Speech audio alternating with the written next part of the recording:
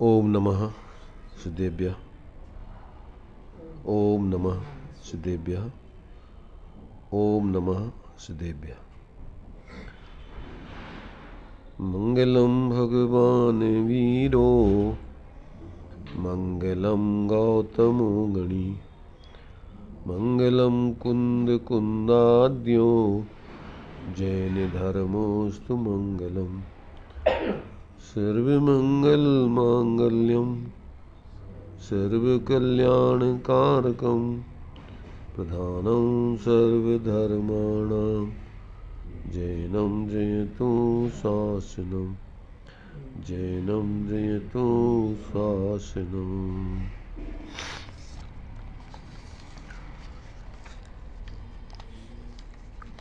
श्री अरिहंत सदा मंगलमय मुक्ति मार्ग का करे प्रकाश मंगलमय श्री सिद्ध प्रभु जो निज स्वरूप में करे विलास शुद्धात्म के मंगल साधक साधु पुरुष की सदा शरण हो धन्य घड़ी वह धन्य दिवस जब मंगलमय मंगलाचरण हो मंगलमय मंगलाचरण हो।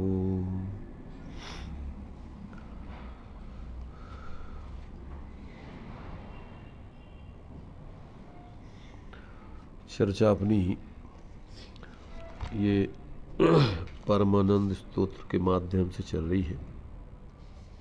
इसमें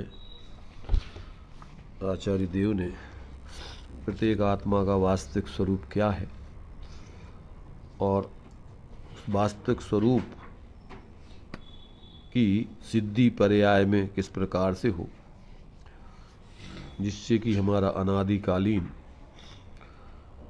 पर्याय का चतुर्गति परिभ्रमण का कष्ट, मोहराग देश आदि का कष्ट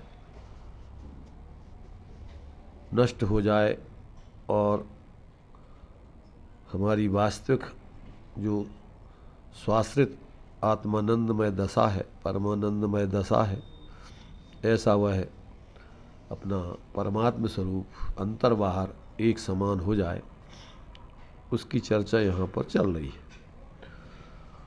तो यहाँ 15 नंबर तक के श्लोक की चर्चा अपनी हो गई थी। अब इसके बाद आगे के जो श्लोक हैं उनके माध्यम से और विचार किया जाता है। 15 नंबर के श्लोक में ये बात बतलाई थी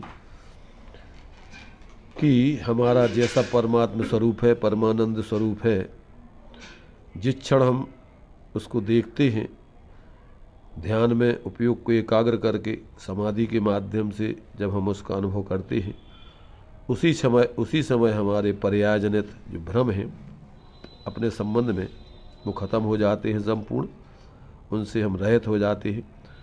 और जिस प्रकार से जैसे संपूर्ण बादल छट गए हों, समाप्त हो गए हों, वैसा ही अपना स्वच्छ आकाश चैतन्य का प्रकट हो जाता है, पूर्ण रूपेण अपने लिए अपना वह चैतन्य लोक भाषित होने लगता है, उस संबंधी सारे भ्रम खत्म हो जाते हैं। अब उसी बात को जो है जब ऐसा भ्रम खत्म हो जाता है, 15वें श्लोक में इस बात को सिद्ध किया था कि जिस क्षण ये जीव अपने इस देह में देह से भिन्न ऐसे उस चैतन्य स्वरूप आत्मा के दर्शन करता है, उसको देखता है, उसी क्षण उसके जो है सारे भ्रम खत्म होते हैं, जीवन में उसकी शांति आती है, वह स्वस्थ चित्त हो जाता है और सभी प्रकार के विकल्प शांत हो जाते हैं और बड़ा ही आनंद उसके जीवन में जो है प्रकट होकर के सहज जीवन हो जाता है। अब ऐसा जिसका जीवन हो जाता है उसको क्या क्या नामों से पुकारा जाता है, अब उसके बारे में यहाँ पर स्पष्टीकरण दिया जा रहा है। वैसे अपन पढ़ते हैं कि उसके 1008 नामों के माध्यम से अपन सहस्र नाम स्तोत्र के माध्यम से जो है उन भगवान की ऐसे उस परमात्मा परमानंद दशा की पूजा करते हैं, स्मरण करते हैं। तो वो उन्हीं में से कुछ नामों को यहाँ पर अब स्पष्ट करके बता रहे हैं। तो अब देखिए यहाँ पर 16वें नंबर का छंद उसी बात को जो है स्पष्ट कर रहा है। लोक में जितने भी नाम लिए जाते हैं, लोग तो भ्रम से उनको अलग अलग मानते हैं, ब्रह्मा विष्णु महेश आदि आदि, वे सब कहते हैं एक ही उस परमात्मा के नाम है। वो कोई परमात्मा अलग अलग नहीं है। जो ऐसा अंतर में अपने उस चैतन्य स्वरूप आत्मा के दर्शन कर लेता है और उसी में पूर्ण स्थिर हो जाता है, वही इन ऐसे 1008 नामों से पुकारा जाता है, अथवा उसके और भी अनेकों नाम दिए जा सकते हैं। तो यहाँ पर उसी बात को स्पष्ट करते हैं। अब देखिए 16वें छंद में, साईव परमं ब्रह्म साईव जिन पुंगवः साईव परमं तत्वं साईव परमो गुरुः। क्या कह रहे? आत्मा परम ब्रह्म स्वरूप वही आत्म जिन पुंगव रूप, उसी को परम तत्वमय जान वही गुरु आत्म रहा महान। वही जो है परम गुरु है, वही परम ब्रह्म है, वही परम जिन है, वही जो है क्या है परम तत्व रूप है। उसी के ऐसे और भी अभी आगे क्रम से नाम बताए जाएंगे।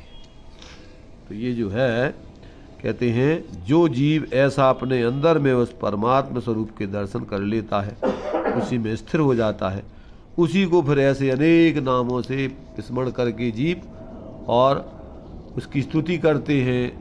और स्तुति की जाती है बंदे तद्गुण लब्धे।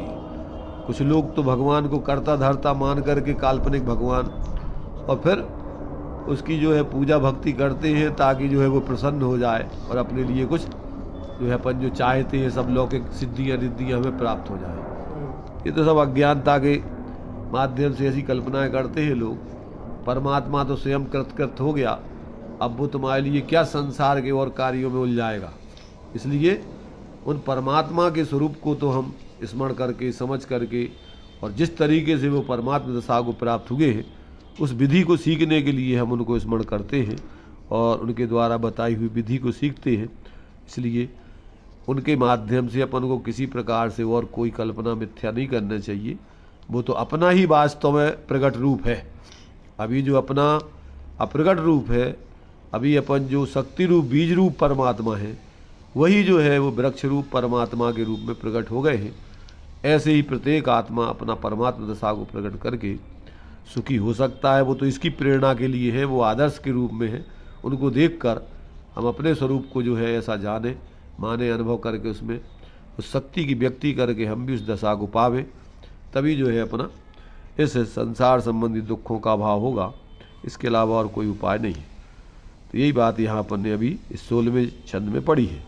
साहिब माने वही आत्मा जो इस दशा को प्राप्त हो जाता है, परम ब्रह्म है। साहिब वही आत्मा जिन पुंगवा, जिनों में माने जीतने वालों में श्रेष्ठ, ऐसे अरहंत सिद्ध आदि नामों से पुकारा जाता है। साहिब वही आत्मा परम तत्व है, वही परम तत्व है और उत्कृष्ट तत्व, उसी को उत्कृष्ट परम तत्व कहते हैं। और साहिब वही आत्मा परमो गुरु, वही परम गुरु के रूप में कहलाता है। इसलिए अपन मंगलाचरण में बोलते हैं कि मूल ग्रंथ कर्तारा सर्वज्ञ देवा, तदुत्तर ग्रंथ कर्तारा श्री गणधर देवा, प्रति गणधर देवा तेसाम। तो ये परम गुरु, परम्पराचार्य गुरु, तो एक क्रम से उसी मार्ग पर चलने वाले सब वो गुरु माने उस गुरु पद को यानी गुणों में श्रेष्ठ जो अपनी पर्याय में हो जाते हैं, वे सब गुरु कहलाते हैं, परम गुरु कहलाते हैं। ऐसा यहाँ जानना चाहिए। अब ये अपने लिए सामान्य से उसके जो है अपन को अर्थ हो गया इसका।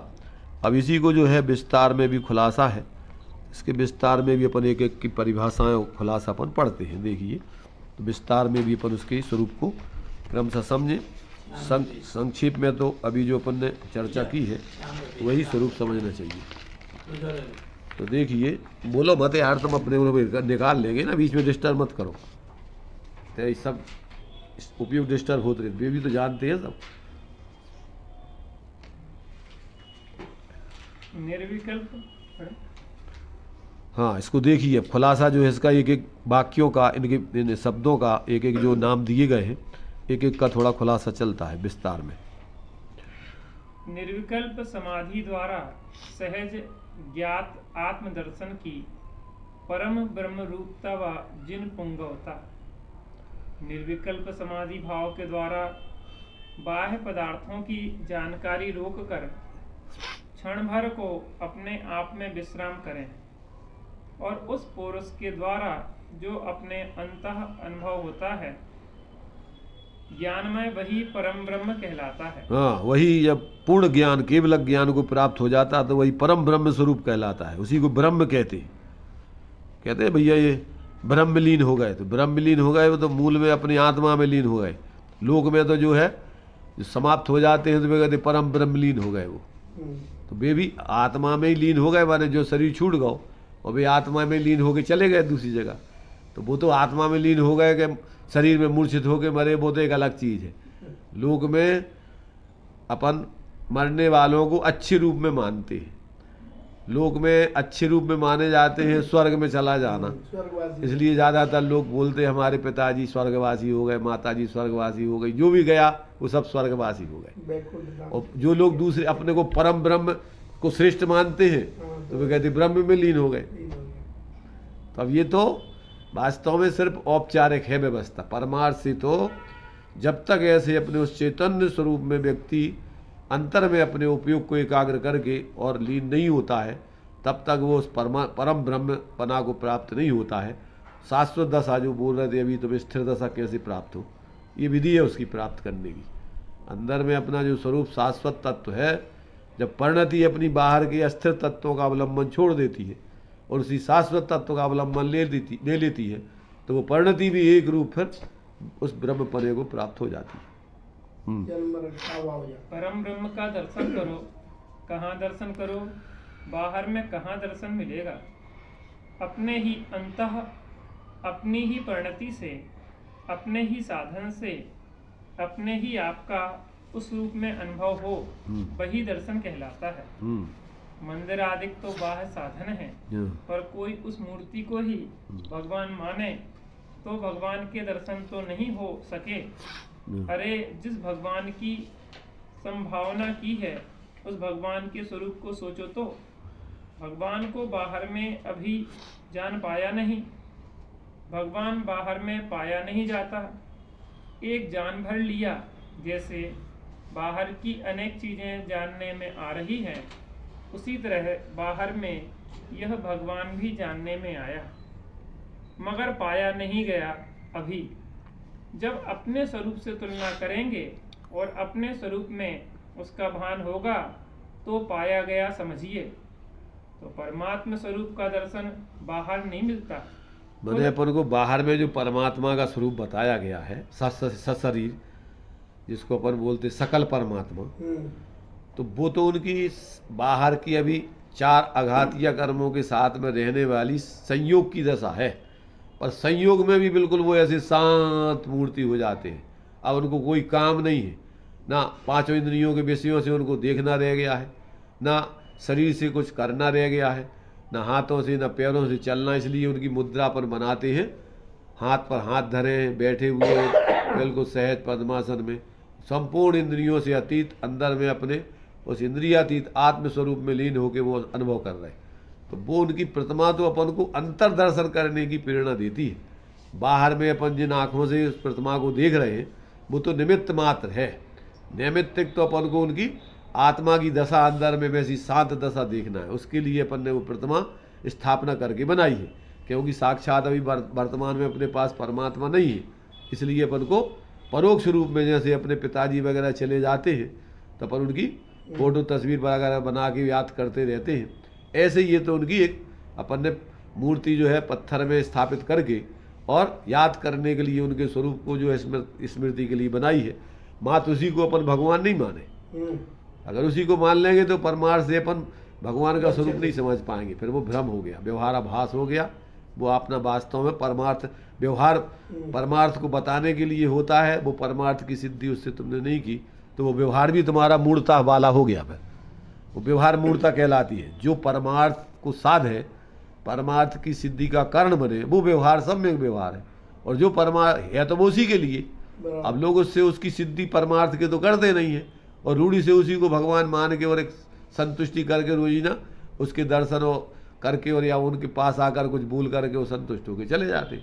तो ये तो एक रूढ़ी की परंपरा हो गई, पर वास्तव में तो वो मूर्ति जो बनाई है वो परमात्मा के स्वरूप का विचार करके, और वो परमात्मा अपनी अंदर में आत्मा की विकसित दशा है, इसके लिए अपन को बनाई है, और इसकी सिद्धि करें तो वो अपने लिए भगवान के दर्शन व्यवहार से सार्थक कहलाएंगे।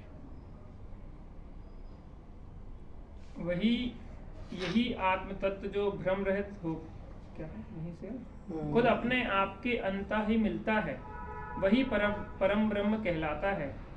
यही आत्म तत्व जो भ्रम रहित होकर निर्विकल्प समाधि के द्वारा अपने अंदर में देखा गया, वही जिन श्रेष्ठ कहलाता है।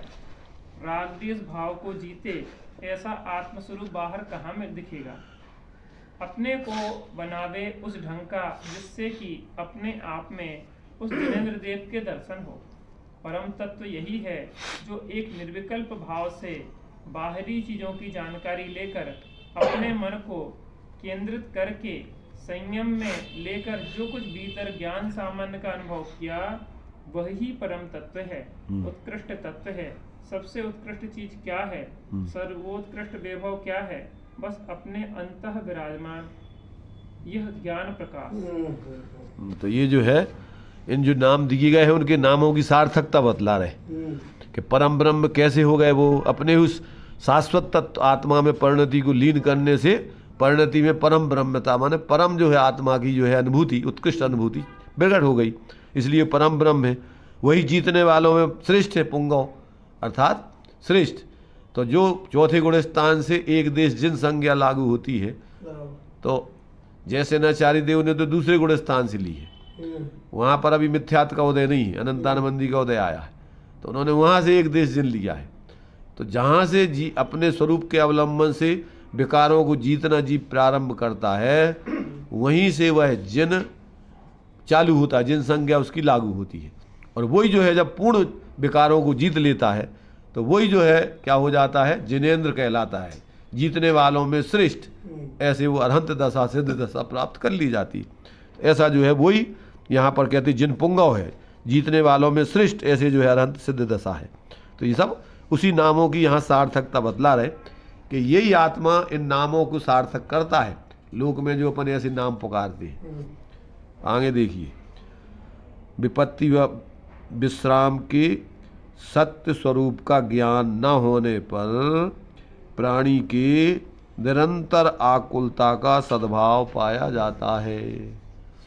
क्या कहा इसमें, विपत्ति व विश्राम के सत्य स्वरूप का ज्ञान न होने पर, विपत्ति काय से है और विश्राम कहाँ मिलता है, उसका सत्य स्वरूप का ज्ञान न होने से प्राणियों के निरंतर व्याकुलता आकुलता संकल्प विकल्प बने रहते हैं, उसको कोई दूर करने में सक्षम नहीं है। जब तक अपने लिए कि हमें काय से परेशानी है और कहाँ शांति मिलेगी, किस तरीके से समझने से, आश्रय करने से कैसे हमें शांति और विश्राम मिलेगा, इन दोनों को जब तक नहीं समझे तब तक उसकी भ्रांति दूर नहीं होती। तो ये बात जो है यहाँ पर अपन को, ये अब आगे का पॉइंट जो है उसी का स्पष्टीकरण के लिए दिया गया है। तो इसमें देखिए यहाँ पर कहते हैं कि यहाँ पर इस व्यवस्था यानी इस दोनों प्रकार की स्थितियों को खुलासा कर रहे हैं यहाँ पर। ये देखो, लोग हर्ष मान करके फूल करके विपत्ति में फंस रहे हैं। कुछ बड़े हुए तो विवाह कर लिया, वहाँ खुशी मान ली। बुंदेलखंड में कहावत है कि शादी होने लायक जब बच्चा हो जाता है तो वो जो है अपनी माँ से बोलने लगता है, बीच में यार तुम लोग डिस्टर्ब बहुत करते हो, शांति से बैठा करो, जो आप शांति सुनने दो ना उसको, काय को तुम इतने उतना करते रहते हो, तो ना अक्सर टाइम हुई में तुम इतने होता है कि समय खराब करते रहते, सब उपयोग डिस्टर्ब होता रहता है इसमें। तो उसमें जो है वो ग्रामीण जो है बालक अपनी माँ से कहता है जब बड़ा हो जाता है कि मताई मोरी कबे बजे रमतूला मोए देखने दूल्हा। शादी होती तो पहले रमतूला बजते थे, वो बहुत लंबी आवाज़ से पूरे गांव भर में आवाज़ पहुंचती थी उसकी। तो यहाँ कहते थे ना कि बड़े भय सो अपन को दूल्हा बनने के लाने खुशी रुचि आनंद आ रहा उसमें है। और तुलसीदास जी ने तो उसमें कुछ दूसरा ही लिया है। क्या है? हाले फूले हम फिरे होत हमारो ब्याह, तुलसी गाय बजाए के देत काठ में पाव, और हाले फूले हम फिरे होत हमारो ब्याह। खुद जबरदस्ती जो काठ में पहले बेड़ियाँ डलती थी, बेड़ियाँ काठ के, तो कहते जबरदस्ती बेड़ियों में फंस के और प्रसन्न हो रहा हो। कैसा मूर्ख है। तो सामान्य लोग जितने भी समझदार हैं वे कहते भैया तू जानबूझ करके काय के लिए मुसीबत मूल ले रहा है। तो यहाँ कह रहे कि देखो ये आकुलता और व्याकुलता कहाँ से पैदा हो रही है और कहाँ तुझे शांति मिलेगी, विश्राम तुझे, इन दोनों का पता नहीं। इसलिए भ्रम से क्या करता है, कुछ जब बड़े हो जाते हैं तो विवाह की इच्छा होने लगती है, उसमें खुशी मानते हैं। बच्चे हुए तो वहाँ फिर खुशी मानते हैं, फिर विवाह होगा, बच्चे हो गए उसकी खुशी मनाने लगे। बच्चों की शादी की फिक्र हो गई, शादी हुई तो फिर वहाँ पर जो है जो बहू आई उसकी तो उसमें खुशी मनाने लग गए हैं। तो माने इन जहाँ तुम्हारी समस्याएं खड़ी हो रही हैं उसमें अज्ञानता से खुशी मना रहे। माने ये देखो आप, तो कहते हैं इसी खुशी तो मानी जा रही है इन सर्व परिस्थितियों में, मगर अपने परमात्म स्वरूप की जो भूल चल रही है, जिन खुशियों में परमात्म तत्व ढका जा रहा है, जो कि शांति का आधार है, उसे विपत्ति नहीं समझती। विपत्ति को खुशी मान लेता है। अज्ञानी क्या करता है, माने जो आश्रव दुखार घनेरे, अब उन्हीं में क्या करता है, बुद्धिमान तो उसे निर्वृत्ति करते हैं। और ये क्या करता है, आत्महित हेतु विराग ज्ञान ते लखे आपको कष्ट जान, और राग आदि प्रगट जी दुख देन तिन्हीं को सेवत, इनमें चैन मानता रहता है विकल्प बढ़ाने में। तो ये सारी चीज़ें जो है यहाँ पर अपन को थोड़ा भी गंभीरता से विचार करो, शांति से बैठ के, तो अपन को स्वयं भाषित होती है कि अपन मुसीबतें अपने हाथ से मोल लेते हैं। बर्नी जी ने अपने खुद के एक पत्र में संबोधन किया है, गणेश प्रसाद जी ने, विद्यार्थी गणेश प्रसाद का पत्र क्षुल्लक गणेश प्रसाद के नाम। क्या लिखा? विद्यार्थी गणेश प्रसाद का पत्र क्षुल्लक गणेश प्रसाद जी के नाम। उसमें उन्होंने लिख करके पूज्य 105 क्षुल्लक गणेश प्रसाद जी बर्नी, आप सकुशल धर्म आराधना में लीन होंगे और आपकी जो है आराधना और शांति बढ़ रही होगी। पर महाराज मैंने आपके पहले का विद्यार्थी जीवन भी देखा है और अभी क्षुल्लक दशा का जीवन भी देख रहा हूँ, पर मुझे लगता है कि आपको जितनी शांति और निराकुलता विद्यार्थी जीवन में थी, अब क्षुल्लक पने के जीवन में भी मुझे नहीं दिखाई दे रही। आप सामायिक में भी अब इधर उधर के विकल्प करते रहते हो, इस विद्यालय की चिंता, उस विद्यालय की चिंता है, इन विद्यार्थियों का क्या होगा, वहाँ के विद्यालय का क्या होगा। तो हमें तो ये लगता है कि आप अब सामायिक की जगह जो है इसमें दुनिया की चिंता में पड़े रहते हो। इतनी चिंता तो आपको हमें लगता है कि उस विद्यार्थी जीवन में भी हमने नहीं देखी थी। क्षमा करना, मैं छोटा हूँ, परंतु मैं आप जो कह रहा हूँ उसके बारे में सोचना, अगर सही कह रहा हूँ तो अपने जीवन के बारे में सोचना कि तुम क्षुल्लक काय के लिए, अशांति के लिए बने थे कि शांति के लिए। कौन कह रहा? विद्यार्थी कह रहा है। कौन से कह रहा है? मतलब स्वयं से कह रहे हैं। अपना ही निरीक्षण पूर्व का वर्तमान का कर रहे वो, कि हम पहले अच्छे थे कि अब अच्छे हैं। पहले जब हम शादी नहीं हुई थी जब अच्छे थे कि अब शादी होने के बाद अच्छे हैं। जब बच्चे नहीं थे जब अच्छे हैं कि बच्चे हो गए जब अच्छे हैं। कभी करते हो तुलना बैठ करके? हैं? भूल जाओगे चौकड़ी। बच्चों को कभी सलाह नहीं दोगे कि बेटा तुम कर लो शादी, ईमानदारी से अगर विचार करो तो। परंतु अपन तो आंखों में पट्टी बांध करके और लौकिक रूढ़ी निभाने के चक्कर में फंसाते रहते, सबको खुद फंसे रहते, दूसरों को फंसाते रहते। कुंद कुंद देव की माता जी क्या कहती थी, समझाती थी तो क्या समझाती थी?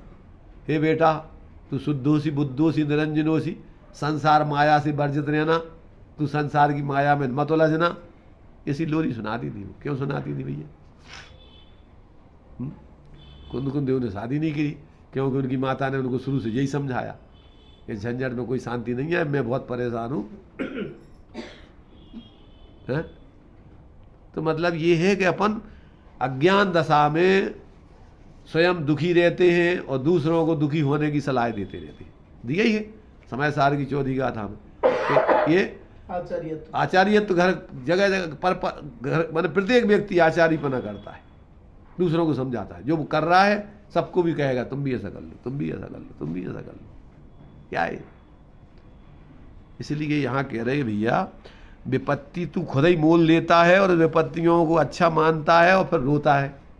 तो कहते शांति का क्या करता है कि जिन खुशियों में परमात्मा तत्व ढका जा रहा है, जो कि शांति का आधार, जो कि क्या है ढका जा रहा है, जो आत्मा शांति का आधार है, उसे विपत्ति नहीं समझते। क्या?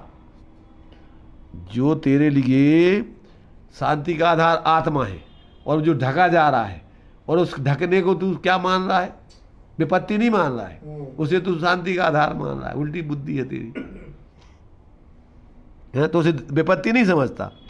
बाहर में राग जगे, जो कुछ सुहावना लगे, उस वस्तु का इंद्रिय द्वारा भोग करने में इसने अपने को जुटा दिया है। ये भोग इसको बड़े सस्ते लग रहे हैं, लेकिन महंगे कितने पड़ेंगे और कितने महंगे हैं ये। मरण के माने मरण के क्या इतना ही समझ में आता, थोड़ी बुद्धि जागृत हो गए तो मरण के बाद में दुर्गति होगी, खोटा जन्म लेगा, अज्ञानता बढ़ेगी। तो इस बाहरी विषय भोग साधन विकल्प जानकारी इनसे दूर रहकर जो एक क्षण अपने आप में विश्राम किया जाता है, वहाँ दर्शन होता है। वही परम तत्व का दर्शन है, वही वास्तव में शांति का आधार है। जब तक ऐसा जीव को समझ में नहीं आता है, तब तक क्या है, ये रात दिन पागलपन में लगा रहता है। देखो जब थक जाते हैं तो आराम करने की सूझती है। बहुत थक गए तो कहते लेट जाओ, आराम करो, मगर लेट करके भी आराम मिल रहा है क्या? जब मन चारों ओर दौड़ रहा है और मन में अनेक बातें माने इष्ट बातें जमा हो गई हैं, तो लेटे हुए भी उसे आराम नहीं मिलता है, तो लेटे में और सोचता रहता है। तो बात यह है कि इसने थकने का स्वरूप ही नहीं समझा जाना और आराम का स्वरूप भी नहीं जाना। थकना माना केवल इस बात को कि शरीर से ज़्यादा काम कर लिया है इसलिए थक गए। अरे इसको थकना समझते हैं, इसलिए शरीर से काम मत करो।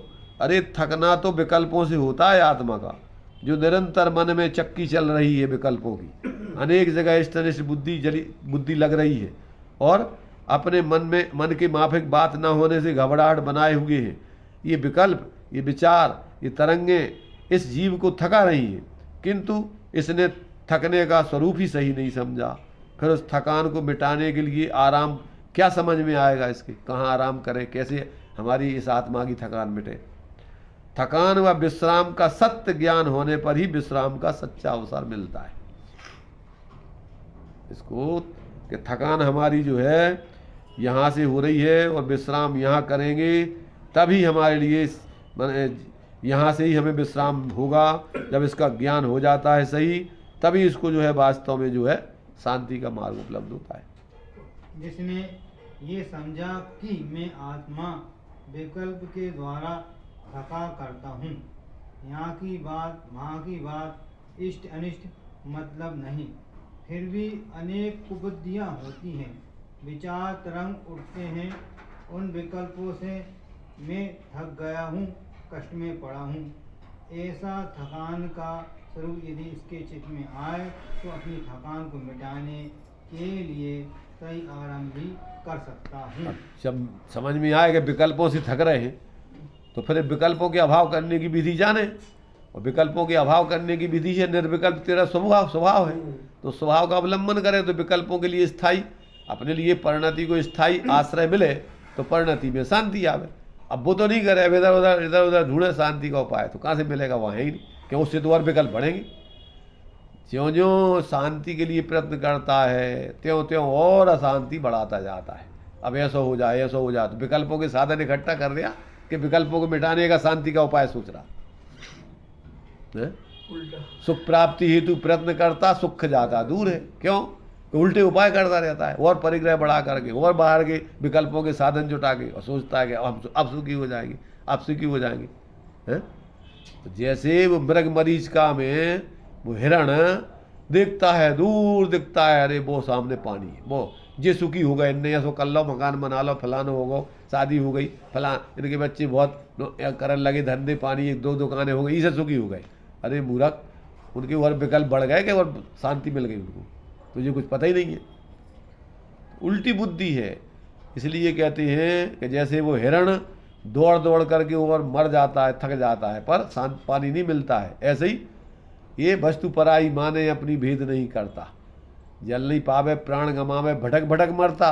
और ऐसे ये अपने स्वरूप को पर से भिन्न नहीं जान करके पर वस्तुओं से सुख की कल्पना और अपना स्वरूप मानता है, तो निरंतर उनके जुड़ जुड़ करके और आकुलता कर करके मरता रहता है। और वह आराम लेटे में मिले, बैठे में मिले, आसान में मिले, खड़े में मिले, कहीं भी आराम हो सकता है। हाँ। जहाँ विकल्प जाल मिटे, बाहरी चिंतन मिटे, हाँ। ज्ञान में ज्ञान समाये। हाँ, ज्ञान से ज्ञान में ज्ञान ही हो, अपने ज्ञान स्वरूप आत्मा में ही अपनी परिणति उपयोग की एकाग्र हो तो शांति वहाँ मिले। अब इधर उधर शांति कहाँ मिलेगी इसको? यदि आप मंदिर में चलो, मंदिर में मिलेगी शांति। तो मंदिर में तो तुम्हें अंदर जाने के लिए स्थान है, वो मंदिर में इसलिए नहीं है कि तो मंदिर में तुम जाके और विकल्प कर करके नए प्रकार के और होते से आकुलता करके फिर घरे चलो, चलो भैया अब घरे चलो। तो मंदिर तो इसलिए है कि जैसे भगवान शांत बैठे हैं, उनको देखकर तुम थोड़ी उनकी नकल उतारो उन जैसे। क्यों कि शांति उनको अंदर में एकाग्र होने से मिली है, बाहर के विकल्पों से नहीं। उनने कोई भगवानों की पूजा करके शांति नहीं पाई, उनने भगवान स्वरूप आत्मा की आराधना करके शांति पाई। ऐसा जब अपन मंदिर में जा कर के उनकी मूर्तियों के दर्शन से अंदर में अपन अपने स्वरूप के दर्शन करते हैं प्रेरणा लेकर, तो फिर मंदिर में शांति कही जाएगी।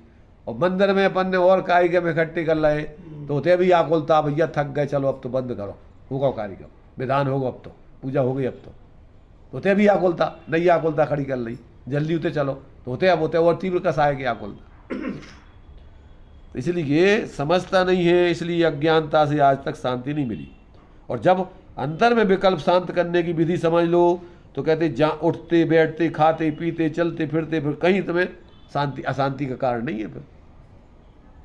इस ज्ञान में अन्य चीज तो जहाँ विकल्प जाल मिटे, बाहरी चिंतन मिटे, ज्ञान में ज्ञान समाये, इस ज्ञान में अन्य चीज ना आए, बस वही इसका सच्चा विश्राम स्थल समझो। अनादिकाल से अब तक विकल्प विकल्प विकल्प विकल्प विकल्प भी किए जा रहा है। इन विकल्पों के करते हुए इतना थक गया है ये जीव, पर उस थकान को मिटाने का उपाय ये थकान ही समझ रहा है। विकल्प से होने वाले दुख को दूर करने का उपाय इसने विकल्प ही समझा। विकल्पों से विकल्प मिटाना चाहता है, तो खून से खून के दाग धोना चाहता है। तो भला बताओ, नीचे दिखा है सही, क्या खून का दाग खून से ही धोया जा सकता है? नहीं धोया जा सकता। तो ऐसे ही विकल्प और भ्रम से उत्पन्न हुआ दुख दूर करने का उपाय कोई विकल्प और भ्रम करना ही करे तो क्या दुख मिट सकता है? कदापि नहीं मिट सकता। जब ये जीव इन विकल्पों से हटकर निर्विकल्प मन के द्वारा अपने भीतर ज्ञान प्रकाश को ज्ञान में रखता है तो वहाँ थकान मिटती है। मैंने वहाँ पर को ज्ञान में ज्ञान स्वरूप आत्मा को निरखता है तो ज्ञान स्वरूप आत्मा शांत है। अपन पढ़ते हैं मैं शांत, तो बोलवे के लाने थोड़ी, अपने आश्रय करवे के लाने हैं कि मैं शांत निराकुल। तो अपन क्या करते हैं, आचार्यों ने अपन को लिखा समझावे के लाने, अपन उनकी नकल उतारने लगे, अपन बोलने लगे। आचार्य लिख रहे हैं अहम इक्को खलु शुद्ध धन सन्नान मयो, तो उनने तो अपने जैसा एक अपना स्वरूप देखा और उसका अनुभव किया, तो उनने तो अपना अनुभव बताया और अपन बोलने लगे अकेले, उनकी नकल करने लगे। अरे भाई बोलने के लिए नहीं है ये अंदर में जीने के लिए है। बोलो। परम विश्राम में सहज उपलब्ध आत्मज्ञान की परम गुरुता, निर्विकल्प समाधि के द्वारा चित्त को स्थिर करके सही आराम में रहकर जो क्षण मात्र को अपने में ज्ञान प्रकाश समाया देखने में आता है, वह ही है परम गुरु। गुरु कौन होता है? जो हित की शिक्षा दे, अहित से बचाए, विपत्ति से बचाए, सत्कार्यों में लगाए, उसे कहते हैं गुरु। तो मेरा शरण, मेरा रक्षक, मेरा हित दर्शक, अच्छे काम में लगा देने वाला कौन है? यही मेरा ज्ञान, ज्ञान प्रकाश का ज्ञान। माने ज्ञान प्रकाश का ज्ञान माने आत्मा का ज्ञान। आत्मज्ञान ही ज्ञान है, शेष सभी अज्ञान। आत्म शांति का मूल है वीतराग विज्ञान। यही बस ज्ञान अपन को जागृत ज्ञान, भेद विज्ञान जिसमें, वो ज्ञान ही तुम्हारे लिए एकमात्र ज्ञान समान न आन जगत में सुख को कारण। यह परमामृत जन्म जरा मृत्यु रोग निवारण। जे पूरब से गए और अब आगे जे हैं, सो सब महिमा ज्ञान तनी मुनिनाथ कहे। मैं ज्ञान स्वरूप हूँ, सर्वत्र ज्ञानमय हूँ। इस प्रकार का बोध हो रहा हो तो यह ज्ञान ही परम गुरु है। जो व्यवहार में गुरु कहलाते हैं वे मेरे का सब कुछ दें। हमें मेरे लिए मेरा सब कुछ दे दी जग को जग की निधियां। ऐसा तो हो ही नहीं सकता। नहीं बे, अपना दे दे में ऐसा नहीं है, तुम्हारा तुम्हें बता देंगे बस वो। अगर गुरु दूसरे को ज्ञान देते फिरे तो फिर 150 लोगों को ज्ञान देने के बाद गुरु तो पूरे रह जाएंगे। जैसे किसी को आप रोजगार देने लगे तो धीरे धीरे वह रोजगारी तो खत्म हो ही जाएगी। तुम्हारे पास हो गई नहीं रोजगार दे, अभी लाए कितने आदमी को दे रहे हो? रेजगारी लिखा इसमें, रेजगारी। नहीं रोजगारी, वो रेजगारी रेजगारा दिख रहा है, दिख रहा नहीं रेजगारी का मतलब होगा पैसा। अरे वो तो ठीक है, पर अलग चीज होती है रेजगारी माने आप रोजगार भी तुम्हारे पास जित तो है ही नहीं है, तुम दूसरों को कहाँ से दे रहे हो? वो तो खत्म हो ही जाता। जैसे किसी को आप रेजगारी देने लगे तो धीरे धीरे वह रेजगारी तो खत्म हो ही जाएगी। ऐसे ही गुरु अगर किसी को ज्ञान देने लगे तो वह लोगों को ज्ञान देने के बाद गुरु तो ज्ञान रहित हो जाएगा। पर ऐसा तो होता नहीं।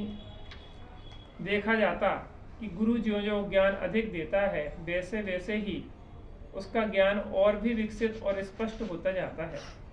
पर एक गुरु ज्ञान किसी को देता नहीं, वह तो अपनी चेष्टा करता है, वचन बोलता है और अन्य लोग उसका अर्थ लगाकर उसका तत्व विचार कर अर्थ ग्रहण करते हैं। अपन व्यवहार में बोलते हैं सरस्वती के भंडार की बड़ी अपूर्व बात, और ज्यों खर्चे त्यों त्यों बढ़े, बिन खर्चे घट जाते। तो ये तो अभ्यास करने पर अपन देखते हैं ना, विषम अनभ्यास ही विषम विद्या। अगर आप इसका अभ्यास नहीं करोगे तो भूल जाओगे। इसलिए वो अपन को जो क्षयोपम ज्ञान में अपन ने समझा है उसका अभ्यास करते रहोगे तो वो आपका ज्ञान विकसित तो साफ रहेगा, वो उसकी बात है। पर यहाँ आत्मज्ञान की बात है, तो यहाँ तो माने जो वास्तव में आत्मज्ञान तो अपन समझ करके अंदर में अपनी आराधना करते और मात्र व्यवहार से जो अपन ने समझा दूसरों को बताते, तो वो तो एक उपचार का कथन है, वो किसी को ज्ञान देने लेने की बात नहीं है। और उससे ज्ञान प्रकट होता है। तो मेरा ही ज्ञान मेरा गुरु है। ऐसी सुबुद्धि जिसके बनी रहे तो वह सुखी रहेगा। मुझ में दुर्बुद्धि है तो मैं दुखी हो जाऊंगा। ज्ञान एक ऐसा वैभव है कि जिसका कहीं डर ही नहीं। ना चोर उसे चुरा सकते, ना डाकू लूट सकते, कोई भाई बंधु से बांट नहीं सकते, इससे कहीं शंका ही नहीं है। और बाहरी धन वैभव ऐसा है कि उसे तो हड़पने के लिए सभी तैयार रहते हैं। क्या चोर, क्या भाई बंधु, क्या राजा, सभी धन हड़पने की कोशिश करते हैं। यह ज्ञान तो इस भाव में भी लाभ देता है और परलोक में भी लाभ देता है। तो अपने चित्त में एक यह निर्णय बनाना होगा कि मेरा ज्ञान ही रक्षक है, ज्ञान ही शरण है, ज्ञान ही देवता है, ज्ञान ही गुरु है। ज्ञान ही हमारा देवता है जिसकी पूजा करना है। उस ज्ञान में भी कौन सा ज्ञान? बाह्य कला संबंधी ज्ञान नहीं, किंतु अपने आत्म स्वरूप का ज्ञान। इस ज्ञान के जानने पर फिर कहीं कोई भय नहीं रहता। हाँ ज्ञान, बस ये जो है माने जहाँ व्यक्ति का ज्ञान जागृत हुआ तो कहीं भागना नहीं, कहीं से जागना है मात्र। इसलिए लुटने के लिए अपन को जो है, जो तुम्हारे पहरेदार होता है वो जगाता है मात्र, जागते रहो। ऐसे ही गुरु क्या करते हैं, जगाने के लिए सिर्फ उपदेश देते हैं। मोह नींद से उठ रे चेतन, तुझे जगावन को हो दयाल उपदेश करें गुरु। तो वो आपको गुरु तो सिर्फ जगाने का काम करते हैं और कुछ नहीं। तुम सो रहे हो ना आदिकाल से अपने पर पदार्थ में मूर्छित होके, तो तुम्हारे लिए वो मात्र क्या करते हैं कि अरे कहाँ तुम मूर्छित हो भाई, अंतर में देखो, जागो। हैं अपन जो लोग आते हैं ना ये भीख मांगने, अलग निरंजन, ध्यान किधर है, देख इधर है, देख इधर तेरे क्या है, तो वो भी तुम्हारे लिए उपदेश देते हैं। अब सुनने समझने वाला हो तो वो समझ सकता है। निरंजन को अलग हैं? एकदम डरा देते जोर से बोलते। तो डरा के वो तुम्हारी उधर दूसरी जगह मूर्छित हो तो तुम्हें एकदम जाके कर देंगे, एकदम जगाते हैं, सावधान करते हैं। मिथ्या ज्ञानी जीव के जीवन मरण में आकुलता को प्रचुरता,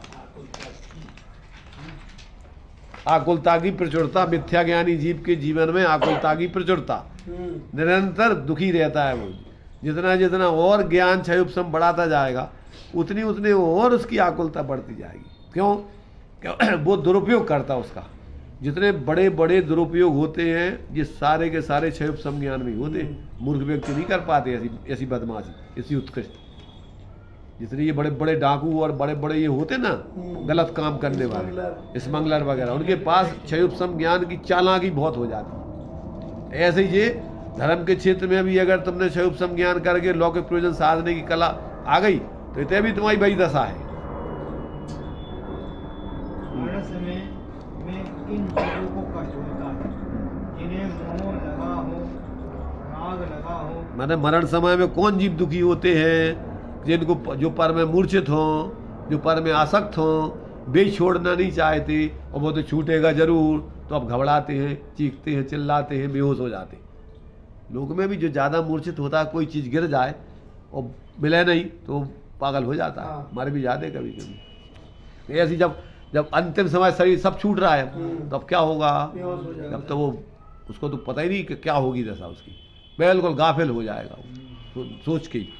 जिनका ज्ञान विशुद्ध है और मोह नहीं लगा है उनको कोई कष्ट नहीं होता। वे जानते हैं कि मैं यहाँ ना रहा और कहीं रह गया, क्या बात है। कोई यदि जबरदस्ती करता है यहाँ बैठो वहाँ बैठो, लो भाई वहाँ बैठ गए, इसमें कौन सी कष्ट की बात हो गई। इस आयु कर्म ने इस पर जबरदस्ती की, तुम यहाँ ना रह सकोगे, तुम्हें दूसरे शरीर में रहना होगा, ये स्वीकार कर लिया, तो इसमें कौन सा कष्ट है। यहाँ ना रहे तो आगे चले गए, लेकिन जिन्होंने यहाँ के वैभव में कुटुंब में मोह लगा रखा है ये कैसे स्वीकार करेंगे। सरलता से बता दिया भाई ठीक है, चलो तो उधर गया उधर बैठ जा। घर खाली कर दिया, सरलता से वही तो एकदम यही तो है अपन को देखो समझाने में, सब व्यक्ति समझ जाए, उपदेश तो उसी को कहते हैं। तुम क्लिष्ट बना दो अपनी पंडिताई में, जो जानते नहीं जी भाषा में जिस क्लिष्ट में बोलत रहा उससे क्या होने। उन्हें दुखी होना पड़ेगा। हाय मेरा वैभव गया, इतनी बड़ी कमाई की, इतना बड़ा व्यापार किया, अब मैं इसे छोड़ के जा रहा हूँ। अनुप्रेक्षा में ये बताया है कि देखो अगर तुम्हें संपदा मिली है तो उसको अपने खाने पीने के काम में ले लो और दान के काम में ले लो। हाँ मैंने जहाँ जितनी जरूरत हो उपयोग करो, कराओ। इखिलाने व्यवस्था है, इखिलाने थोड़ी चमीट के रखे थे इखिलाने। कंजूस मत बनो कि पढ़ता खुद को बड़ा कष्ट देने वाली है, ना तो खुद खा सकता ना दूसरों, जो ना खुद के खाने में काम ले सकता है ना दूसरों के उपकार में लगा सकता है। केवल धन को ही जोड़ जोड़ करके रखने की जिसकी धुन बनी हुई है उसको मरण समय में बड़ा संक्लेश करना पड़ता है। हाय मैंने बड़ा श्रम करके धन भी कमाया, कुछ खर्च ना कर पाया और देखो सबका सब छूटा जा रहा है, कोई पुरुष ऐसा है कि मान लो उसने दान तो नहीं किया, लेकिन अपने आराम में खाने में कोई बात आई तो कमी ना रखी, खूब खर्च किया, तो कम से कम उसको यह तो संतोष होगा कि चलो छूट रहा था तो छूटे, पर मैंने तो उसका उपयोग कर लिया है खूब। हम यहाँ पूरे ज्ञान की बात क्या है, पूरे ज्ञान की बात नहीं कह रहे हैं, जो जीवन में गुजरता है उसकी बात कर रहे हैं। क्या क्या कह रही है? जो जीवन में गुजरता है उसकी बात क्या है? माने जीवन में चल रहा है। माने जो है, जो अब पूरा माने जो पूर्व के ज्ञान की बात नहीं कर रहे हैं हम पूरा, अभी हम वर्तमान में जो स्थिति बन रही उसकी बात कर रहे हैं। तो कह रहे हैं हम यहाँ पूरे ज्ञान की बात नहीं कर रहे हैं, पूर्व की जो जीवन में गुजर रहा है उसकी बात कर रहे हैं। माने दूसरों के ज्ञान की बात नहीं कर रहे हैं, बिना अनुभव की, वो तो हम देख रहे हैं यहाँ। और जिसने जाना कि ये वैभव तो पर चीज है, इसका तो परोपकार में ही लाभ है, उसको छोड़ने में कष्ट नहीं होता, तो कृपणता इस जीव को बहुत दुखी कर देती है। और फिर ये जाने कि जब ये शरीर भी मेरा नहीं तो फिर जगत में मेरा और क्या होगा। मैंने यहाँ जो है, मैंने ये तो खुद अपने अनुभव पे बीत रही ना सबके, वो कह रहे हम दूसरों के ज्ञान की बातें नहीं कर रही, अपन तो प्रत्येक जीवन के जीवियों के जीवन में घटित हो रही ना। तो अब इतना अपन अपने अनुभव से नहीं शिक्षा ले रहे, तो अब तुम्हें और शास्त्र क्या समझाएगा। ज्ञानी की परम हितकारिता। मैं ज्ञान मात्र हूँ, ज्ञान को ही करता हूँ, ज्ञान को ही भोगता हूँ, ज्ञान ही मेरी चीज है, ज्ञान के सिवाय मेरा कोई साथी नहीं है। हर जगह आप देखो, इस जिंदगी में भी देखो, आपके पास बुद्धि है, ज्ञान है, समझ है, ढंग से बोलचाल कर सकते हैं, तो यहाँ भी सुख है। और जिसके बुद्धि नहीं, मान लो दिमाग हल्का है, उल्टा है, उसको आराम के कितने ही साधन जुटाए जाएं, पर वह तो दुखी है। ज्ञान ही साथ नहीं दे रहा, तो इस भाव में भी जिसने ज्ञान नहीं पाया वह दुखी रहता है, और परभाव में भी जिसने ज्ञान नहीं पाया वह दुखी रहता है। तो मेरा साथी कौन, मेरा असली बंधु कौन, यह मेरा ज्ञान। और जो घर में रहने वाला मेरा बंधु है वह तो मेरा बंधन है। बंधु नहीं है, बंधन है वो तो। मेरा शरण कौन, मेरा ज्ञान। और दुनिया में ये मित्र, ए पार्टी के लोग एक तो अपना स्वार्थ साधन के लिए आपसे कुछ कह बैठते हैं, पर ये सच्चे शरण नहीं। आपका ज्ञान काबू में ना हो तो दूसरे लोग आपको ठग लेंगे, और यदि आपका ज्ञान मजबूत है तो आप विपत्ति में नहीं पड़ सकते। प्रत्येक समस्या का समाधान आप ज्ञान द्वारा कर सकते हैं। इस जीवन में ज्ञान का महत्व समझिए, बाहरी चीजों का कुछ महत्व नहीं। बाहर समागम तो पूर्व में किए गए धर्म के कारण जो पुण्य बंध हुआ उसका यह फल है। यदि पुण्योदय है तो पाया जाता, और पुण्योदय नहीं है तो नहीं पाया जाता, पर गर्व करने लायक कुछ नहीं है। यह मेरे को मदद करने वाला है, मुझसे बड़ा कौन है। अरे यह बात नापो तो ज्ञान द्वारा। मेरे को यदि ज्ञान है तो मैं शांत रहूँगा, और मेरा ज्ञान बिगड़ा है, दुर्बुद्धि है, विषयों में आसक्ति है, कसायों से भरे हुए हैं, तो फिर लोक में मेरा कोई मददगार नहीं है। विषय कसायों से प्रीति हटाकर तत्व ज्ञान की ओर अपनी प्रीति बढ़ाइए, और शेष रहे सहे जीवन को ज्ञान द्वारा सही जीवन को, जो बचा है जीवन शेष रहे सहे जीवन को ज्ञान द्वारा सफल कीजिए, नहीं तो यह रही सही जिंदगी भी समाप्त हो जाने वाली है। जितनी बची है वो भी जैसी चली अंत में जाएगी। पछतावा ही हाथ लगेगा, फायदा कुछ नहीं होगा। जितना जीवन बचा है उसमें 2-3 घंटा रोज तत्व ज्ञान में, स्वाध्याय में, ज्ञानियों से सुनने में, तत्व ज्ञान के प्रसंग में कुछ समय बिताएं तो यह जीवन सफल होगा। हाँ, ये देखो क्या है, जिसने मूल में तो अपन को क्या है, ये परमानंद स्तोत्र है। तो परम आनंद स्वरूप प्रत्येक आत्मा का मूल स्वरूप है, ये तो कह रहा है। अब जब तक ऐसे इस परम आनंद स्वरूप को नहीं व्यक्ति देखता, जानता, उसके दर्शन करता, उसकी आराधना करता, तब तक निरंतर दुखी दुखी, आकुलता आकुलता, संकल्प विकल्प, संकल्प विकल्प, और कोई उपाय नहीं है इसको सुखी होने का। एकमात्र उपाय हो, जो ऐसे उस परमानंद स्वरूप आत्मा के दर्शन कर लेता है, उसके सारे भ्रम खत्म होते हैं। उसकी परिणति में परम आनंद के स्रोत, झरने सर्वांग आत्मा में, फिर शांति, निराकुलता, आनंद आनंद आनंद, कोई समस्या नहीं उसको। तो ये परमानंद स्वरूप और परमानंद के स्रोत, उस परमानंद स्वरूप के आश्रय से ही परमानंद के स्रोत प्रकट होते हैं। इसके अलावा और कोई दूसरा उपाय नहीं है।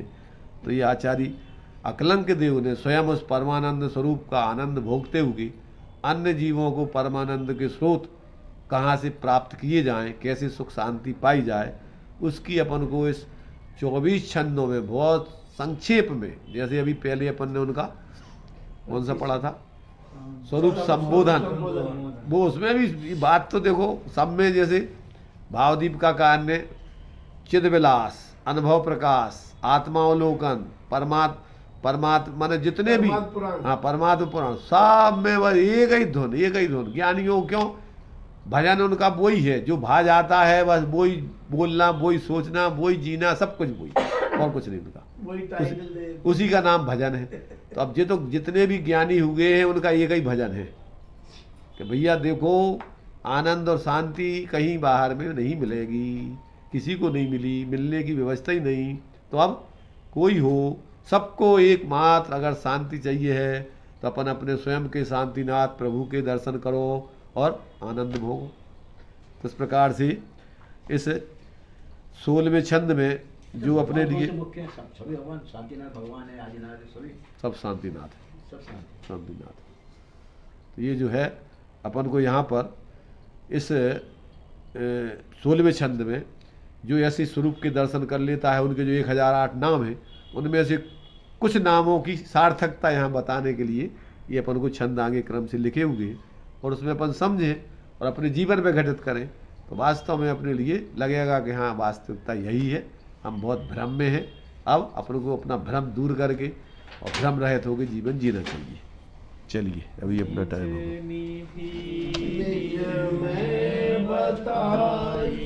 अनंत आनंद उपकार है उसके लिए जिन वाणी मानो वंदना सतवार है।